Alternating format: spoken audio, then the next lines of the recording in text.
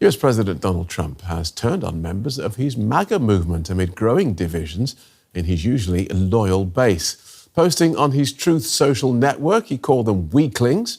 Many of them accuse the Trump administration of covering up information on child sex offender Jeffrey Epstein and his possible accomplices, despite the administration's promises of full transparency.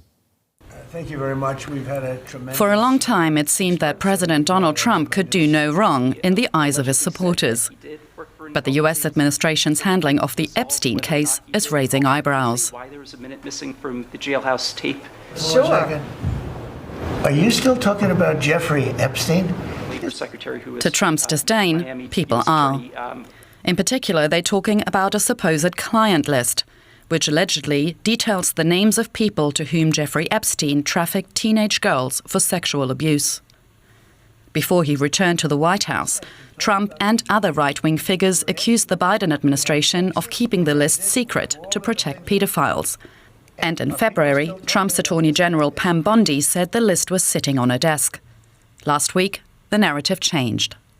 Caroline, the DOJ and FBI have now concluded there was no Jeffrey Epstein client list. The Trump administration having to backpedal on its former claims and defend a decision not to release further files related to the case. It's caused an uproar in and outside of the White House. The American people deserve to know the truth. What, if anything, is the Trump administration and the Department of Justice hiding? That's the question on many people's minds. Jeffrey Epstein's sex trafficking trial sparked years of speculation about whom the convicted sex offender helped to abuse young women and teenage girls, and whether he really died by suicide or if he was murdered to protect the rich and influential. Trump's MAGA movement has been particularly obsessed with the Epstein case, hoping it would prove the existence of a so-called deep state, protecting Satanists and pedophiles. He's being caught by the conspiracy theory that he really promoted to his own fans. In an about turn, President Trump has now publicly said that more information about the case can be released after all, while continuing to downplay its importance. But I don't understand why the Jeffrey Epstein case would be of interest to anybody. It's pretty boring stuff. It's sordid, but it's boring. But credible information, let them give it. Anything that's credible, I would say, let them have it. Whether a real instruction or an off-the-cuff comment to appease his base, arguably for the first time ever, Donald Trump is having to contend with the fact that the loyalty of his supporters has limits when it comes to one of their favorite conspiracy theories. I'm not going to talk about Epstein. And many MAGA experts think it'll be Pam Bondi who will take the fall for it. Well, Glenn Thrush reports on the US Justice Department for the New York Times. He's been covering the case extensively. I asked him what he thinks of the Trump administration's claim that there's nothing to see here. Well, from everything that we know, and there have been a series of investigations into the Epstein case, starting under the Biden administration. Epstein was found dead in his jail cell in New York City in 2019. There have been several investigations. There was a coroner's investigation in New York. There was an Office of the Inspector General investigation that determined he had died of a suicide and there was no foul play involved. And then there was this longer FBI and Justice Department investigation, which also uncovered no evidence of criminal wrongdoing. But look, this is a complicated case. There are many unknowns that remain. All we can say is we have done interviews with investigators over the years.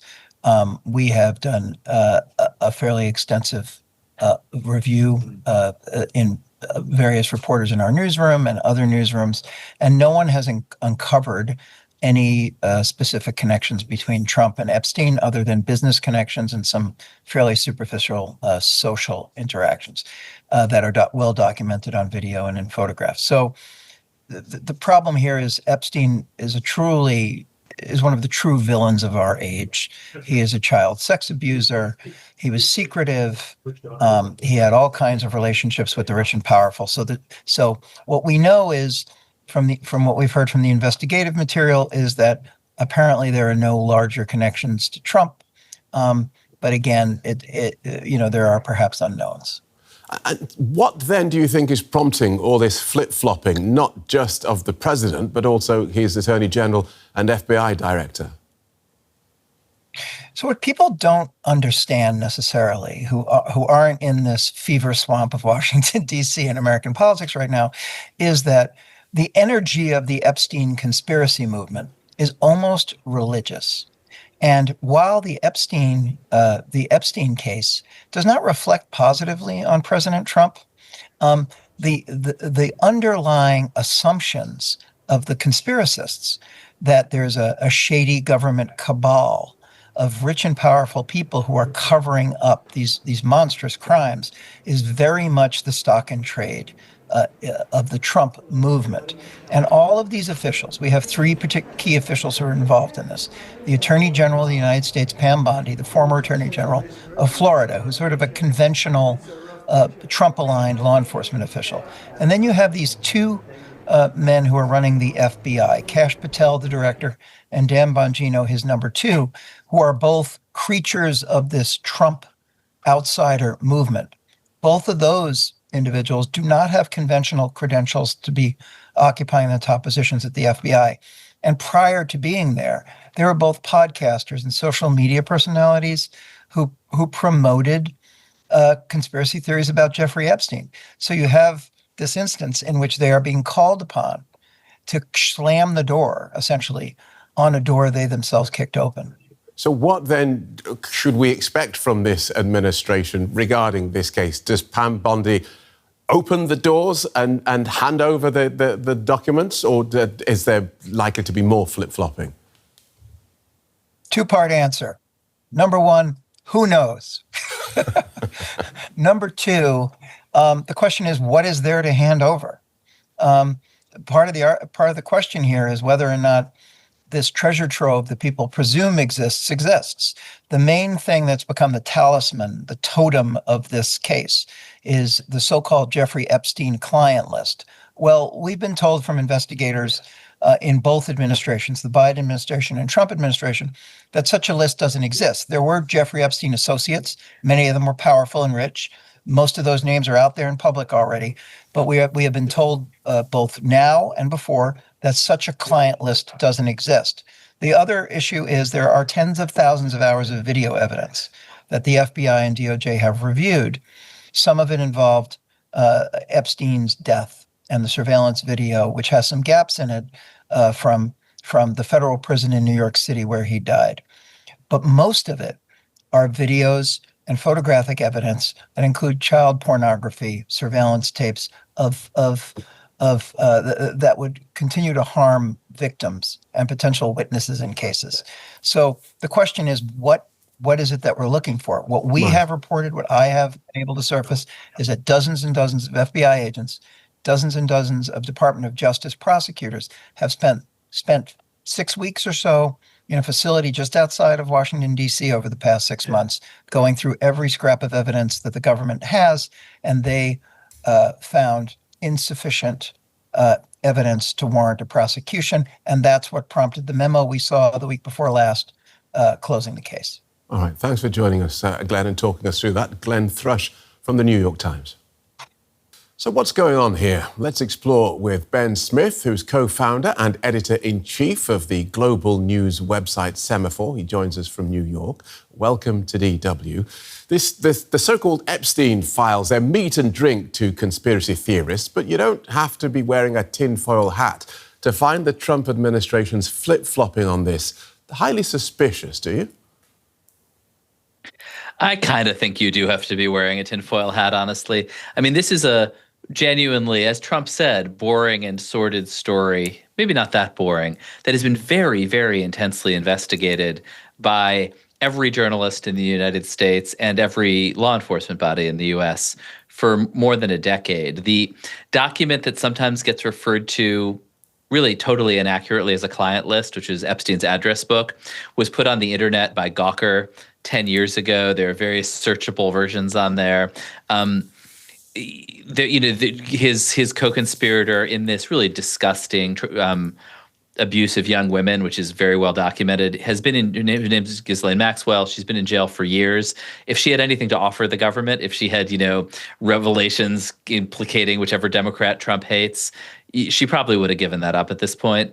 And I think it's in a way a sort of Pizzagate for people with college educations. It's a sex trafficking conspiracy theory that's fun to talk about, but really the more you look at it, the less there is there. I mean, I think there is a very good reason that Trump is so sensitive about it, which is that in a totally non-conspiratorial, utterly public way in the 90s and I think the late 80s, he and Jeffrey Epstein were friends. And Epstein said to the author Michael Wolff that he was Trump's best friend. I don't know if that's true, but that is obviously the thing that Trump is embarrassed about.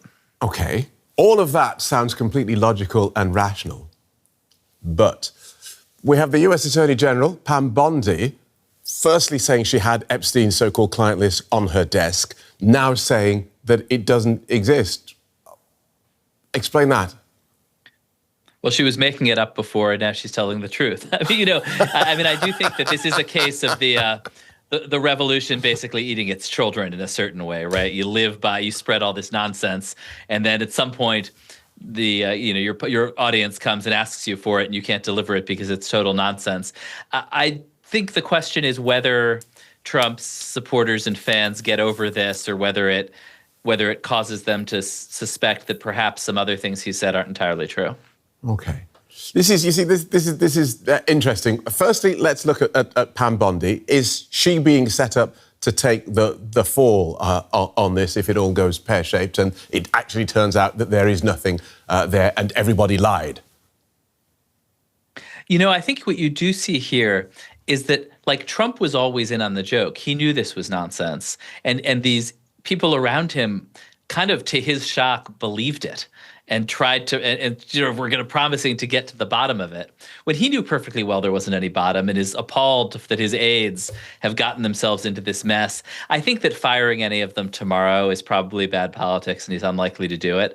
But it has certainly kind of discredited and weakened this wing of the people he brought in who sort of came from the conspiracy fever swamps. But that said, tomorrow they'll be on to a new set of allegations against his enemies. And, these are incredibly powerful law enforcement officials who will be opening investigations of people that Trump doesn't like over stuff, often with this level of substance. So how deeply is this dividing Trump's MAGA base? I think it genuinely is. And I think that, partly Elon Musk invited back onto Twitter a lot of people who traffic in this kind of, beguiling nonsense. And so, and who are very invested in it. And it's, and I think everyone in this, our kind of secular world is attracted to these stories about mysterious forces shaping reality. And in fact, when you look at this situation, if you hadn't, if you don't spend half an hour reading about what's actually been uncovered, what is actually known, what actually happened, and you spend only 3 minutes, as is like most of us do, it does seem incredibly suspicious and seems like there must be some heart of darkness here. And so I think a lot of people who support Trump believe deeply in it, and it's a big problem for him. House Speaker Mike Johnson is in an interesting position, seemingly caught between MAGA lawmakers and influencers and a president who can't stand again. He, like basically every other elected Republican, is going to have to do whatever Trump wants because that's how that party works right now.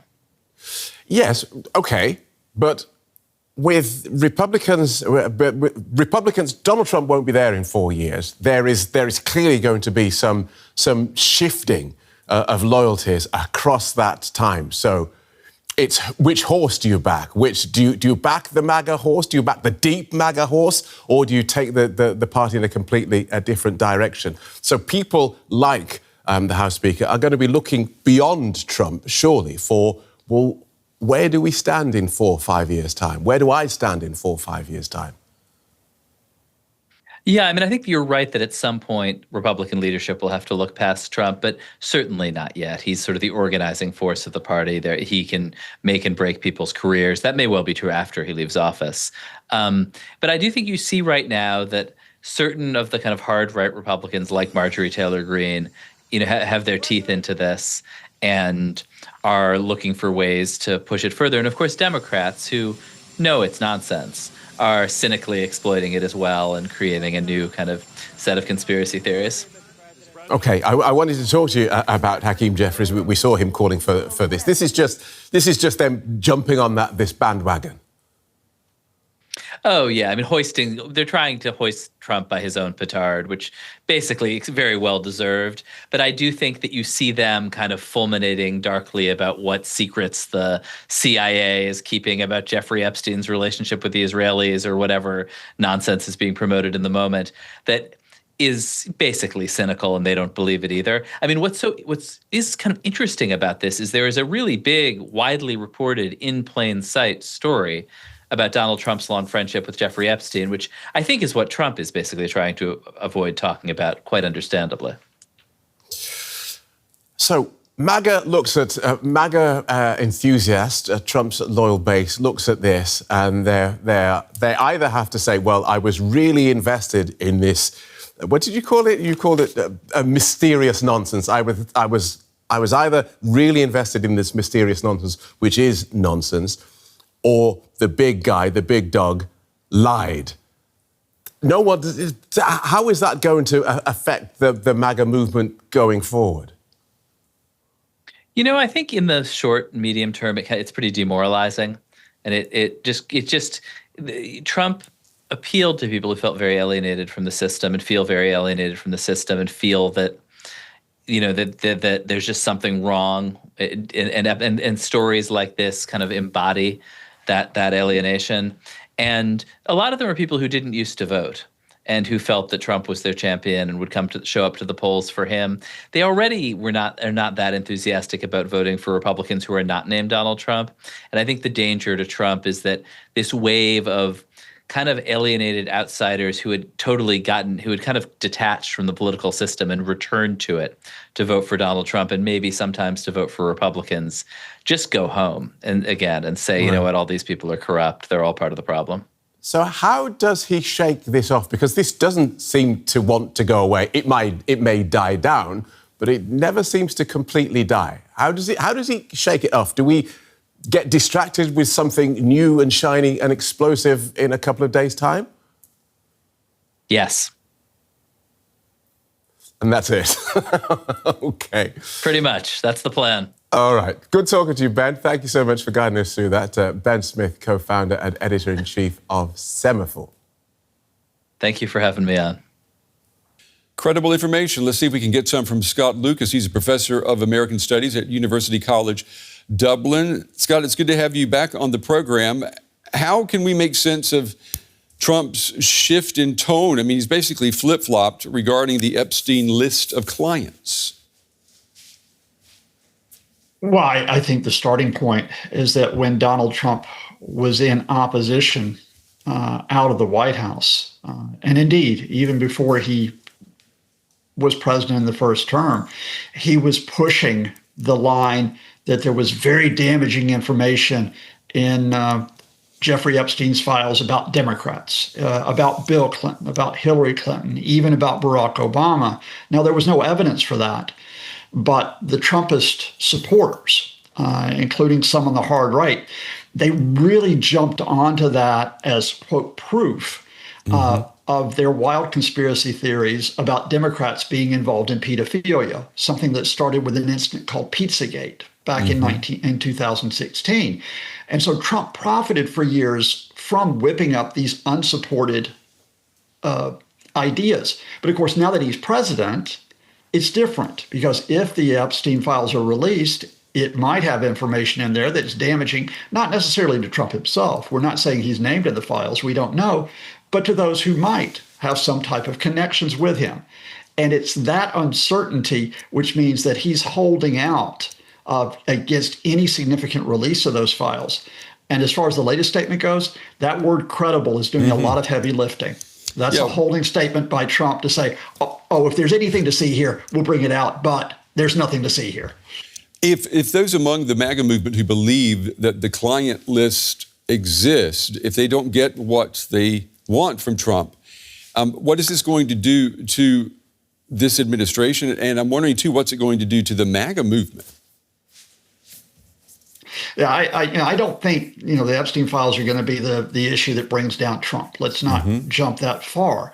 But if this administration runs into trouble on fundamental issues, and I think it will, I think the economy is going to be a serious issue in combination with Trump's chaotic tariffs sooner rather than later, then Trump can't count on going to those diehard supporters come hell or high water and say, stick with me, because they'll say, look, you didn't back us on this issue that was of concern to us, and that could erode support for Trump.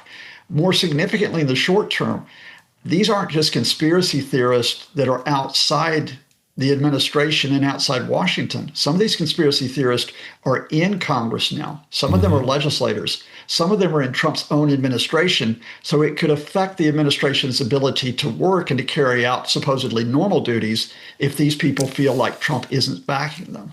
What do you make of the abrupt announcement by the Justice Department to walk back from the theory that Attorney General Pam Bondi has claimed that she has the documents on her desk? I mean, it seemed like she was saying one week she had the client list.